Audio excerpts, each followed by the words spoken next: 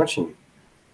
Bom, então eu vou falar sobre esse vídeo aqui, que tem o nome de Nikola Tesla, a vibração e a cura. E no vídeo é feita uma ligação entre oscilações das células, que determinariam nossa saúde, e as oscilações de ondas eletromagnéticas para o tratamento de doenças. Por isso o nome é a vibração e a cura. O nome do Tesla, que está no título do vídeo, ele é referido ao longo do vídeo quando são feitos comentários sobre o eletromagnetismo como um argumento de autoridade. Bom, logo no início do vídeo há a seguinte afirmação: tudo no universo é feito por energia vibrando em diferentes frequências, e no nível quântico, mesmo as coisas que parecem sólidas são feitas de campos de energia vibracional. E, de acordo com a autora do vídeo, as frequências de oscilação das células determinam a nossa saúde. Ela diz: as células saudáveis oscilam em frequências mais altas do que as células não saudáveis, como as células cancerosas. E com um aparente embasamento teórico, ela cita um tal de Bruce Tainio, que afirma que o corpo saudável ressoa em uma frequência entre 62 e 72 MHz, e quando a sua frequência cai para 58 MHz devido a fatores ambientais e fisiológicos, o sistema imunológico fica comprometido. Bom, essas afirmações tentam se basear na ideia de De Broglie, que marcou o nascimento da moderna mecânica quântica, né? Mas retomando agora um pouco na história, com os estudos do Max Planck, o Einstein propôs o fóton para explicar o efeito fotoelétrico, né? E esse foi o primeiro passo para o entendimento dual da luz, do que mais tarde chamaríamos de dualidade onda-partícula. Ou seja, a luz se comporta como onda em fenômenos, por exemplo, de interferência e difração, ou possui comportamento de partícula, ou melhor, pacotes discretos de energia, né? Como no efeito fotoelétrico.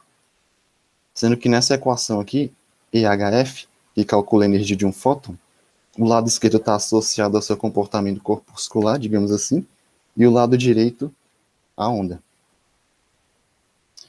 Bom, e o que o De Broglie propôs na sua tese de doutorado foi mais ou menos o seguinte: a natureza tende a ser simétrica. Como eu falei, já se sabia do comportamento dual da luz. Então, se a natureza é simétrica, essa dualidade também deveria ser válida para a matéria. Então, os elétrons, que geralmente são considerados como partículas, em algumas situações, eles poderiam se comportar como ondas. E o De Broglie chamou esse comportamento ondulatório do elétron, ou qualquer outra partícula, de onda de matéria. E por meio dessa equação aqui, P igual a H sobre lambda, ele atribui um comprimento de onda lambda a uma partícula de momento linear P. E aqui, da mesma maneira que eu falei no slide anterior, o lado esquerdo está associado ao seu comportamento como partícula e o direito associado ao seu comportamento como onda. Bom, e a previsão de De Broglie de que as partículas se comportam como ondas em determinadas circunstâncias, ela foi confirmada em experimentos, que foi o experimento de Davison e Germer, e daquele escocês George Thomson. E aqui a gente tem uma versão mais moderna desse experimento, onde uma figura de interferência foi formada depois que foi incidido elétrons um a um. E depois que muitos elétrons atravessam as fendas, começou a aparecer um padrão de faixas claras e escuras na tela, semelhante à figura de interferência que foi observada lá no experimento de dupla fenda do Young. Ou seja, cada elétron passou pelas fendas como uma onda de matéria. Bom, e o que não é considerado pela autora do vídeo é que quanto maior o tamanho do objeto, mais insignificante é o comportamento ondulatório que ele apresenta, né? Então, por exemplo, uma bola de futebol, aqui eu botei a conta, substituindo a massa e a velocidade, que esse produto é o momento linear, a bola apresenta um comprimento de onda na ordem de 10 a menos 35. enquanto o elétron, substituindo os respectivos valores, apresenta um comprimento de onda na ordem de 10 a menos 10.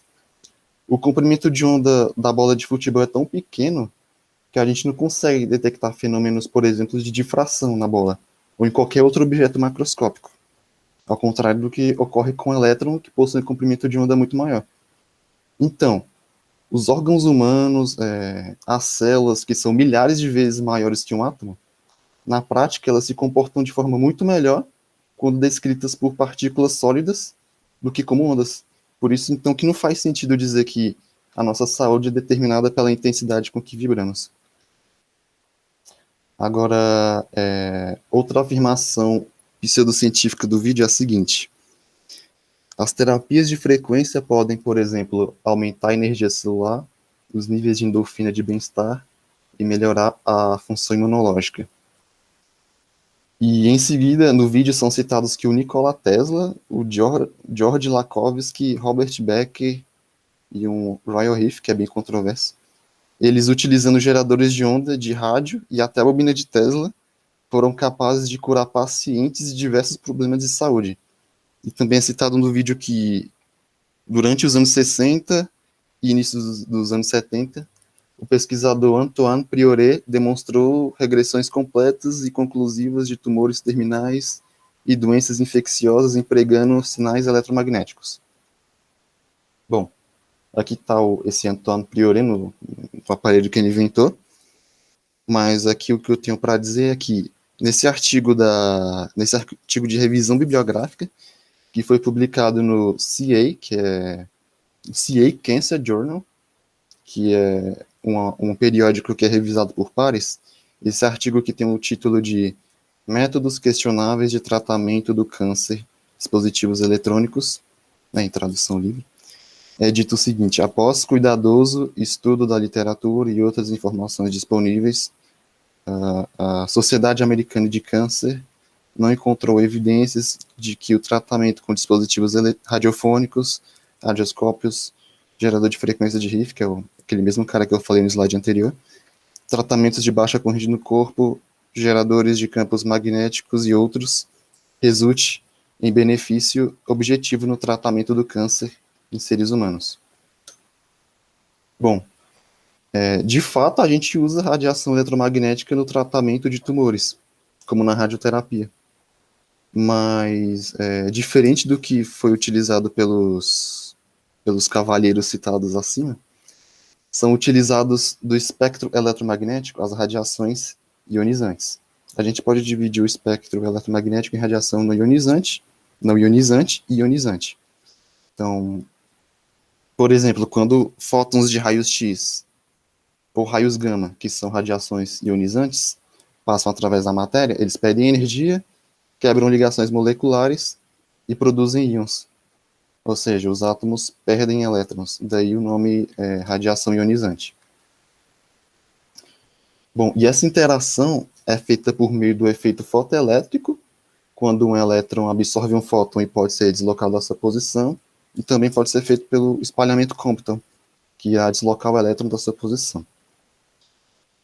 O efeito fotoelétrico ele acontece quando o fóton transfere sua energia totalmente para um único elétron e ejeta ele do átomo com energia cinética dada por essa expressão aí, HF menos φ, sendo que o φ é a função trabalho, né, que é a energia de ligação do elétron ao seu orbital.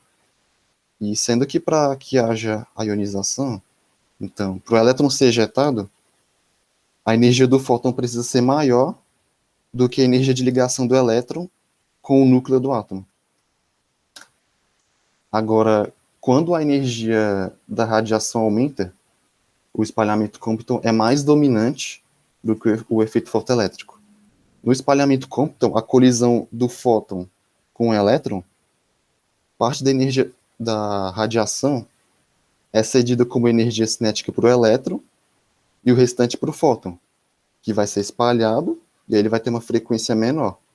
Por consequência, ele vai ter uma energia menor.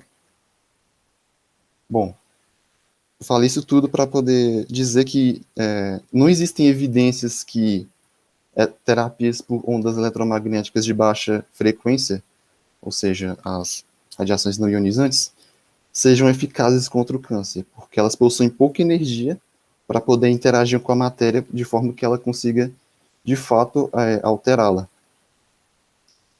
Bom, para finalizar, esses conceitos que são aplicados no mundo dos átomos, né, no mundo microscópico, eles não podem ser simplesmente estendidos para o nosso cotidiano. O mundo macroscópico que a gente vive, apesar de a gente usar, por exemplo, tecnologias como a radioterapia, que é baseada na física quântica, ele, na verdade, é regido pela mecânica clássica, né? E outra coisa a respeito da etapa 2 é que é necessário que as pessoas tomem cuidado com essas terapias com ondas eletromagnéticas de baixa frequência, já que elas, como nesse vídeo, são vendidas como sem efeitos colaterais, já que elas possuem baixa energia, por causa da baixa frequência, né? Então as pessoas elas podem dispensar o tratamento tradicional por conta das radiações de alta frequência. Inclusive tem gente que morre por causa disso, né? Mas quando a doença seria fatal e sem tratamento, qualquer risco se torna justificável, digamos assim. E acho que é isso que eu tinha para falar. Legal, Cabral. Muito legal. E, cara, é inacreditável como as pessoas não se dão conta nem da coisa básica, velho. Por exemplo, volta lá no seu primeiro slide rapidão. Mais um. Olha só, velho, quando o cara fala que um corpo saudável, ressoa em uma frequência entre 62 e 72 MHz.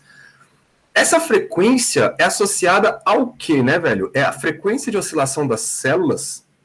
Porque se for a frequência de oscilação das células, está associada à temperatura do corpo.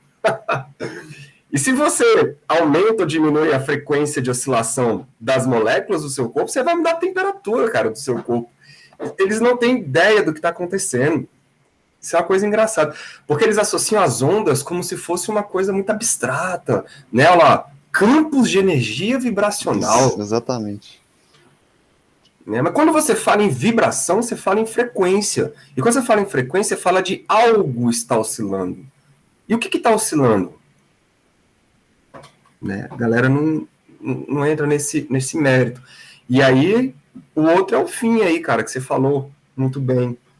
Você mete, por exemplo, uma radiação de micro-ondas numa pessoa, pô, micro-ondas tem a frequência de oscilação da molécula da água, pô. Se você colocar uma pessoa dentro de um forno micro-ondas, você cozinha a pessoa. É uma radiação não ionizante, de baixa frequência, mas que pode cozinhar seu órgão interno. Né? Então, pô, tem que tomar um cuidado danado com isso. Só para ganhar dinheiro. Alguém... só para ganhar dinheiro. Sim. Alguém quer fazer algum comentário? Alguém já ouviu falar nessas coisas todas aí? Nossa, professor, e eu fico impressionada, porque o Gabriel estava me mandando os vídeos que ele estava pensando em falar, né? E o tanto de like que tem esses vídeos, tantos comentários, inscritos, eu fiquei assim impressionada. Eu não pensei que isso atingisse tanta gente assim. Atinge, cara. E uma das grandes estratégias deles é exatamente usar nomes de físicos, de cientistas famosos.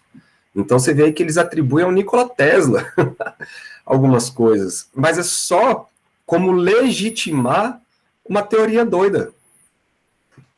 Inclusive, professor, nesse canal que tem esse vídeo aí, ele tem uma playlist inteira de 21 vídeos que tem o título Nikola Tesla, tem todas as variações possíveis de charlatanismo que você imagina.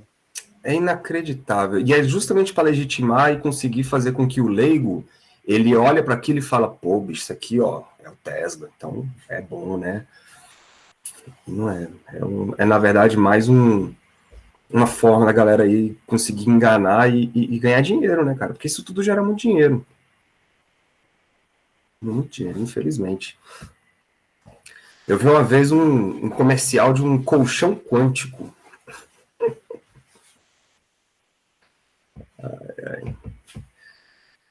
Maravilha. Então, deixa eu parar essa gravação, que aí fica separadinho para vocês. Cabral, show de bola. Vamos pro próximo.